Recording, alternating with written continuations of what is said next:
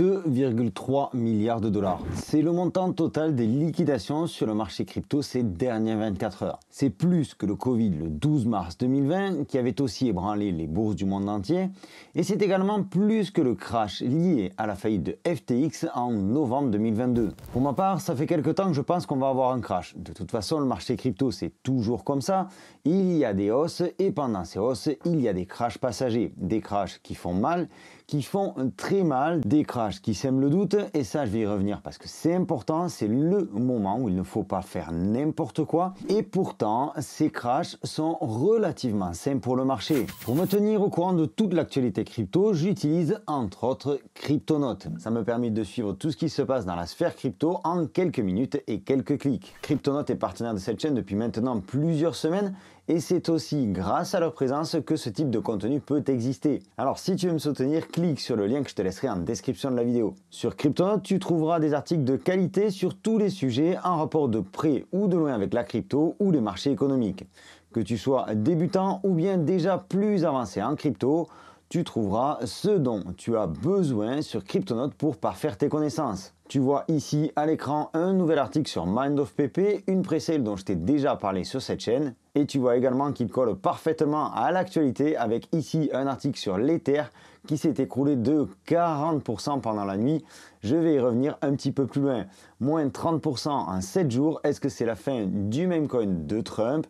Le bullrun serait-il avorté? Pourquoi le Bitcoin chute en ce début de février? C'est aussi ce que nous allons voir dans cette vidéo. Alors une nouvelle fois, si tu veux me soutenir, clique sur le lien de Cryptonote que je te laisse en description. Dans cette vidéo, on va aller faire un rapide tour sur CoinMarketCap. On va analyser les raisons du crash ou la principale raison de ce crash. On ira voir également quelles sont les perspectives d'avenir dans les prochaines semaines. Le rapide tour d'horizon sur CoinMarketCap, tu le vois au moment où je tourne cette vidéo, le Bitcoin est en chute de 3,34% à 94 000 dollars en ayant fait un plus bas cette nuit un petit peu au-dessus des 92 000 dollars, ce qui nous fait une baisse relativement importante sur ces quelques derniers jours. Depuis la fin janvier, le Bitcoin est passé de 105 000 dollars à environ 95 000 dollars. Et c'est toute la sphère crypto qui souffre avec donc le Bitcoin en baisse de 5,5% sur 7 jours, l'Ether moins 15,41% sur les dernières 24 heures et moins 16,6% sur les 7 derniers jours, le XRP moins 17%, le Solana 15%,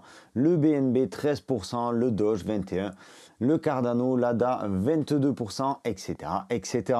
On est donc sur le premier crash de cette année 2025 et la principale raison à tout cela, c'est l'augmentation des taxes d'importation aux États-Unis pour certains pays. Trump a signé un décret ce samedi signifiant l'augmentation des taux de douane concernant le Canada et le Mexique en portant ce taux à 25% et la Chine à hauteur de 10%. Ce qui, par effet ricochet, inquiète les investisseurs parce que de telles augmentations pourraient bien relancer l'inflation et donc stopper l'expansion économique. Et comme pour le moment Trump n'a pas l'intention de faire machine arrière ou d'entamer quelconque négociation, on continue de plonger. Les marchés souffrent et à l'heure où je tourne, où j'enregistre cette vidéo, les bourses américaines sont également en pleine chute. Faisons tout de même un tour du côté du Bitcoin. Le Bitcoin qui à l'heure actuelle ne présente aucun signe de retournement long terme. On voit ici qu'on a la formation d'un range, donc d'un canal horizontal avec aucune cassure vers le bas permettant d'inverser la tendance. Et si jamais c'était le cas, on aurait encore ici cette zone de support qui correspond aux anciens plus hauts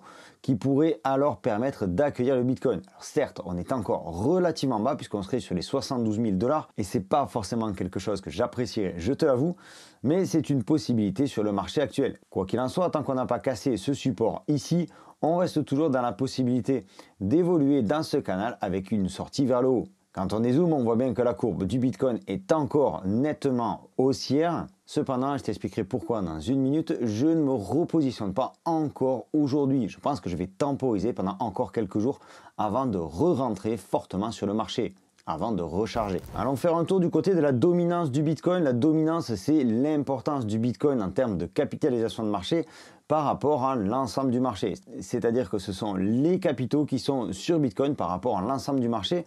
Donc tu vois qu'au moment où j'enregistre cette vidéo, Bitcoin a 61% des parts de marché totales du marché crypto. Donc c'est-à-dire 61% de l'argent qui est investi dans la crypto est uniquement sur Bitcoin. Et cette courbe-là nous permet d'évaluer l'importance et l'impact du Bitcoin sur l'ensemble des crypto-monnaies. La dominance du Bitcoin qui a connu des plus hauts absolument exceptionnels à 73% en 2020-2021 et qui reste aujourd'hui contre une zone relativement difficile à franchir, la zone que je t'ai matérialisée en violet ici, donc avec cette dominance aux alentours des 60%, 60-62%. Ça fait quelque temps que la dominance bute contre cette résistance-là. On voit ici aussi qu'on a une divergence qui est en train de se créer sur le RSI, donc une divergence plutôt baissière. On voit également que sur la journée d'aujourd'hui, alors plutôt sur cette nuit, on a cette très grande bougie, cette très grande mèche qui pourrait signifier un retournement à court terme. Donc on surveillera l'évolution de la dominance, puisque si Bitcoin lâche du lest en matière de dominance, cela pourrait être intéressant pour les altcoins. Et ensuite, il faudra casser le bas de ce canal ici, ce canal qu'on a commencé l'année dernière. Donc casser ce support ici avant de retrouver des plus bas et donc voir la liquidité se déverser sur les altcoins. Une chose intéressante ici sur le Bitcoin, c'est cette augmentation des volumes qui correspond exactement à la même situation que l'on avait vu en 2021. On a vu une augmentation significative des volumes, comme tu le vois ici, avant le retournement.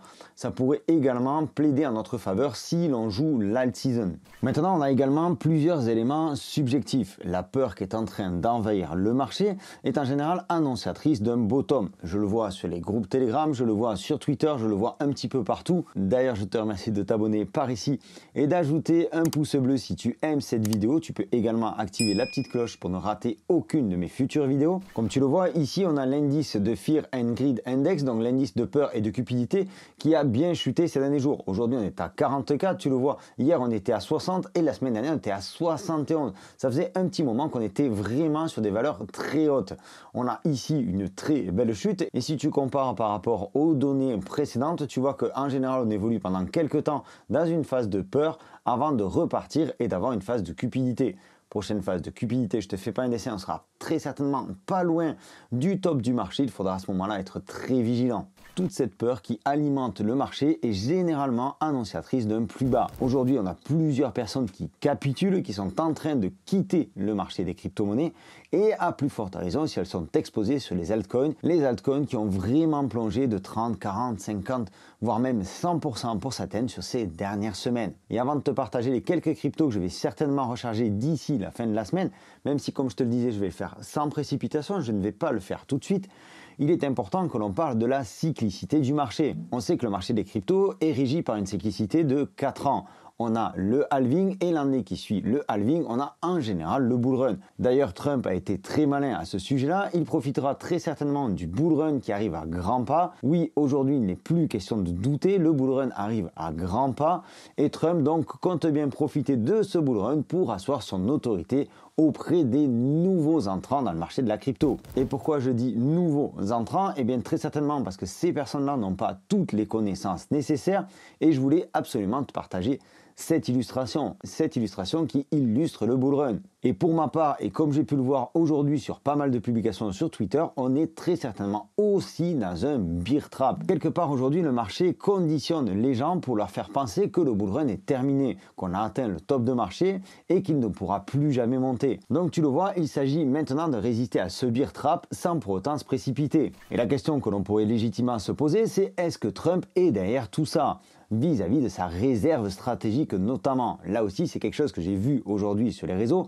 Et non, je ne pense pas que Trump manipule le marché pour constituer sa réserve stratégique. La puissance économique américaine n'a pas besoin de manipuler le Bitcoin pour gagner quelques 20, 30 ou 40% sur quelques millions de dollars. Soyons réalistes, soyons sérieux, l'ambition de Trump va bien au-delà des quelques pourcents qu'il pourra gratter comme ça, ici et là, sur le Bitcoin. Je pense à l'inverse que le marché, les investisseurs sont par contre rentrés ces dernières semaines dans un état d'excitation absolument exceptionnel, ce qui a provoqué une spéculation particulièrement haute et aujourd'hui on prend la fessée par rapport à cette spéculation.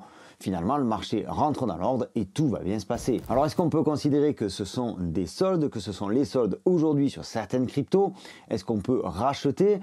Je pense que oui, on peut commencer à se positionner tranquillement une fois de plus sur certains altcoins. Pour ma part, je vais sniper du Bitcoin, de l'Ether, du Solana, c'est-à-dire de grosses capitalisations, et je ferai très attention en matière de solde. Parce qu'on a tendance à employer ce mot assez souvent et on finit par acheter la première, la deuxième, la troisième, la quatrième, la cinquième, la sixième, la dixième des marques sur des altcoins, sur des cryptos qui ne remonteront jamais. Et c'est pourquoi je t'invite à la plus grande prudence dans une période comme aujourd'hui. Tu as des cryptos qui vont subir, tu as des cryptos qui sont déjà à la cave. Ces cryptos-là ne se relèveront probablement jamais de ce crash-là. Et ceci même si demain ou après-demain on est en bull run. Donc je t'invite à rester uniquement sur les grosses capitalisations, du moins dans les prochains jours. On y verra plus clair d'ici la fin de la semaine. N'oublions pas que vendredi, on a des chiffres au niveau économique qui feront très certainement là aussi bouger le marché. N'oublions pas que ce crash a commencé vendredi soir à la clôture des marchés institutionnels. Donc il devrait être logique qu'à la fin de cette semaine, on ait de nouveau une prise de bénéfices sur les marchés pour que les institutionnels ou plus globalement l'ensemble des investisseurs crypto puissent passer leur week-end tranquille. Et donc pour conclure cette vidéo, Bitcoin, Ethereum, Solana, un petit peu de BGB parce que la plateforme BitGet est en pleine expansion, un petit peu de Tao parce que là on joue la narrative d'intelligence artificielle, on peut également se replacer très brièvement et très prudemment pour le moment sur des valeurs comme Render par exemple ou sur des valeurs comme Ondo. La baisse actuelle n'est peut-être pas terminée.